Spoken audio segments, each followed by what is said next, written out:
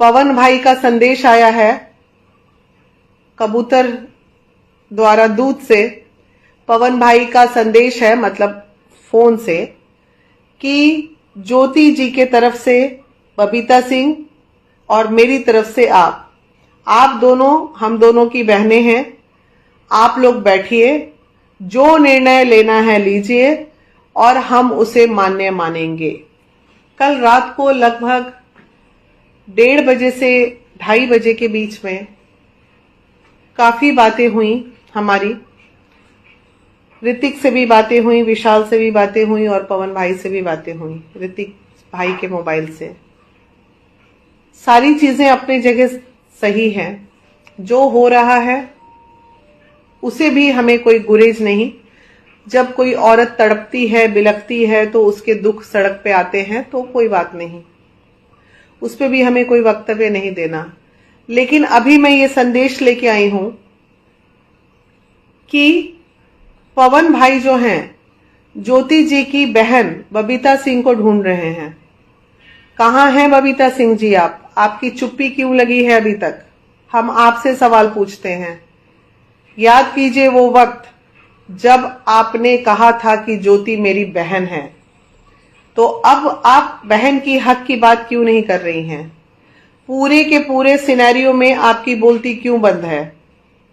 बबीता सिंह जी, मेरा सवाल आपसे है और मैं ये संदेश देने आई हूं आपको। बबीता जी, पवन भाई का संदेश आया है कबूतर द्वारा दूत से।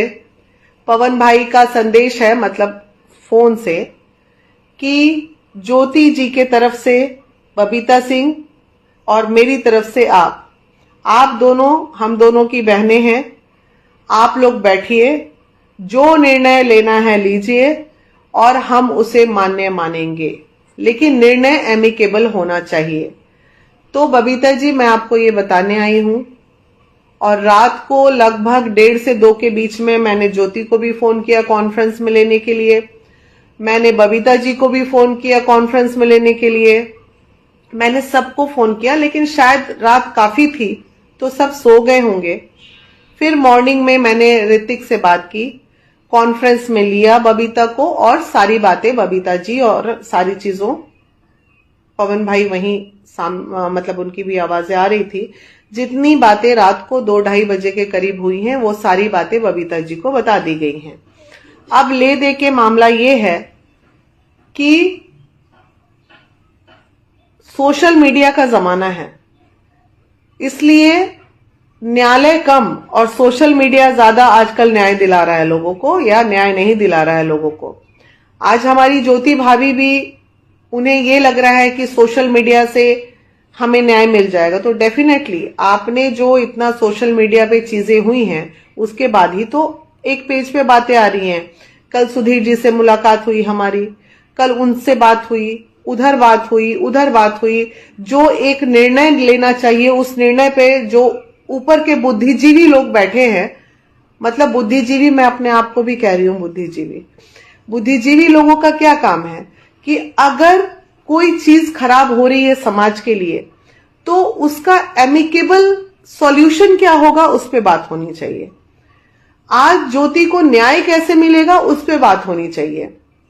ये तो तय है कि इस रिश्ते ने एक दूसरे को एक मौका दिया था, इसमें कोई शक नहीं है। चुनाव के टाइम में पवन ने भी ज्योति को एक मौका दिया और ज्योति ने भी पवन को एक मौका दिया। उसके बावजूद भी आज के डेट में इतना छिया-लेदर इन लोगों के रिलेशन में हो गया।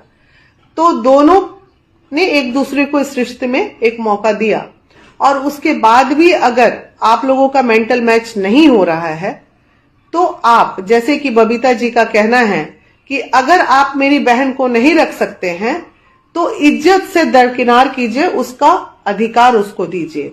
अब बातें सिर्फ अधिकार की होंगी, जो कि ऑलरेडी मामला कोर्ट में चल रहा है। आउट ऑफ कोर्ट बैठ के आप लोग एक बॉन्ड बनाइए, यही बात मैंने पहले भी बोली थी, लेकिन नहीं, उस वक्त आप लोगों को मेरी बात समझ में नहीं आई थी। जो बातें हुई थी उसी वक्त अगर पेपर पे लिखवा लेते तो आज ये नौबत ही नहीं आती। तो अब आउट ऑफ कोर्ट आप लोग एक पेपर बनाइए, अभी सुबह जो बातें हुई हैं वो बातों से बबीता जी आप सहमत हैं? आप अपनी सिस्टर से बात कीजिए, मैंने भी संदेश भेज दिया है, मैं भी बात कर लूंगी। और ज्योति, आपके लिए ये संदेश है कि आपके पति देव अगर चाहते तो आपने 2 दिन पहले पोस्ट किया था, तो वो बहुत आसान काम था कि वो लखनऊ के फ्लैट से ताला बंद करके वो कहीं चले जाते, लेकिन बंदा कहीं गया नहीं, वो उसी फ्लैट में आपको मिला, तो इसका मतलब है कि वो आपसे मिलना चाह रहे थे। नहीं तो पवन सिंह को पकड़ना आसान काम है जी, वो कहां जाके बैठ जाता फ्लाइट करके कि परिंदा भी पर नहीं मार पाता। लेकिन आप जब गई घर पे तो वहां पे वो मिले आपको। मिलने के बाद अंदर क्या बातें हुई उस पर मुझे चर्चा नहीं करना। मैं नहीं मानती कि आप सच बोल रही हैं या पवन सच बोल रहे हैं, दोनों अपने मुताबिक के हिसाब से आप लोग बातें करते हैं। तो इसलिए आप अब इस पे निर्णय लीजिए। रही बात चुनाव की, तो चुनाव तो बेड़ा गर्क हो गया बाबू। अब दोनों में किसी का भी राजनीतिक भविष्य बहुत अच्छा बनने नहीं जा रहा है। और कहां तुम किस चुनाव की बात कर रही हो? तुम भूल जाती हो कि तुम बिहार में हो। बिहार में महिलाओं को टिकट लेना कितना मुश्किल है ये तुम्हें नहीं समझ में आता, वरना हम नहीं टिकट ले लेते। यहां महिलाओं को इस्तेमाल किया जाता है, यहां इतनी आसानी से महिलाओं को टिकट नहीं मिलता है। आपके पतिदेव की एक ही दुख है कि अगर आपको चुनाव लड़ना ही था तो एक बार हमारे साथ बैठ के राय विचार कर लेती।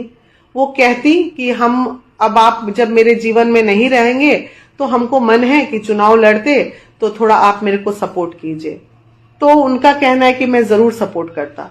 लेकिन जब सारी चीजें हो गई, चारों तरफ हुले हुले हो गया, एगो तो आपके अंकित जी, कोई बोलता ही रहे, अरे तो कोई बोलता ही रहे करके चुनाव लड़ा जाता है जी। तो वो सब करके तो कहीं ना कहीं ये सब चीज उनको दुख पहुंचाई है कि इस तरह वो पवन सिंह की बीवी थी, उनको सड़क पे इस तरह नहीं उतरना चाहिए था। अगर वो चुनाव लड़ना ही चाहती थी तो मेरे से डिस्कस करती, मैं इज्जत से उनको सपोर्ट करता। लेकिन उन्होंने कब मेरे से, इधर 2 महीना पहले उन्होंने मेरे से सपोर्ट कीजिए बातें आई। तो बात तो सही है कि अगर आपको चुनाव लड़ना था तो इस पे एक डिस्कशन आपका और पवन जी का बनता था, वही समाज के लोगों से को लेके जाके बना। खैर ये सब पुरानी बातें, इस पे चर्चा नहीं करें। अभी का जो सिनेरियो है उस पे बात यह है कि बबीता जी को मुखिया बनाया गया है ज्योति जी के तरफ से। बबीता जी जो कह देंगी पवन सिंह वो मान लेंगे, ये संदेश देने में आई थी। क्योंकि भाई हम अगर बोलेंगे तो फिर हम ट्रोल हो जाएंगे, इसलिए हमको इस सब में नहीं पड़ना है। हमको संदेश डिलीवर करते रहना है। निर्णय लेना न लेना आप लोगों का काम है। और अभी दिल्ली भी बुलाया जा रहा था सब लोगों को, लेकिन आप लोग नहीं आ रहे हैं। कोई बात नहीं, सुधीर भैया ने बोला था कि यहीं बैठ के सब लोग निर्णय लीजिए, चीजों को खत्म कीजिए। सुधीर जी भी अभी दिल्ली में हैं, आज भी बैठने की बात कर रहे हैं। ठीक है, उनकी भी नाराजगी जायज है, हमारी भी नाराजगी। लेकिन हमारी अब नाराजगी इसलिए नहीं है क्योंकि अब बातें होनी चालू हो गई हैं और अब उन्होंने ये कह दिया है कि ठीक है, आप मेरे बात को यहां से संदेश पहुंचाइए बबीता जी तक और बबीता जी अपना निर्णय लें और जो भी निर्णय एमिकेबल होगा उस पर हम बैठ के बातें करेंगे।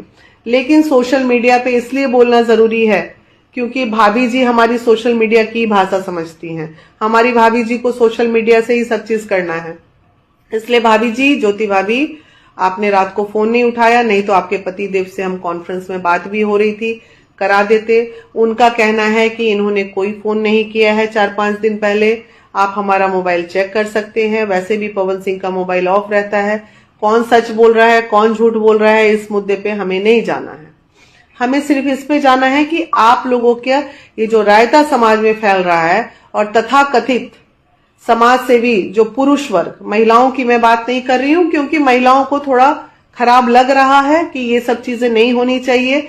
कल को क्या होगा समाज में कि जब पवन सिंह की बीवी सड़क पे छिछियाई रही है तो पता चला बाकी आम आदमी जो है, मिडिल क्लास फैमिली की बीवियां जब रोड पे आना चालू हो जाएंगी, तो ये एक समाज में गलत संदेश जा रहा है। समाज की महिलाओं के लिए भी गलत जा रहा है और पुरुषों के लिए भी गलत जा रहा है। अब जो पुरुष पवन सिंह के साथ सपोर्ट कर रहे हैं और वो शादीशुदा हैं, अब मैं उन पुरुषों से सवाल पूछती हूं, मुझे खुल के बताइएगा और कमेंट में लिखिएगा कि हाँ, मैं पवन सिंह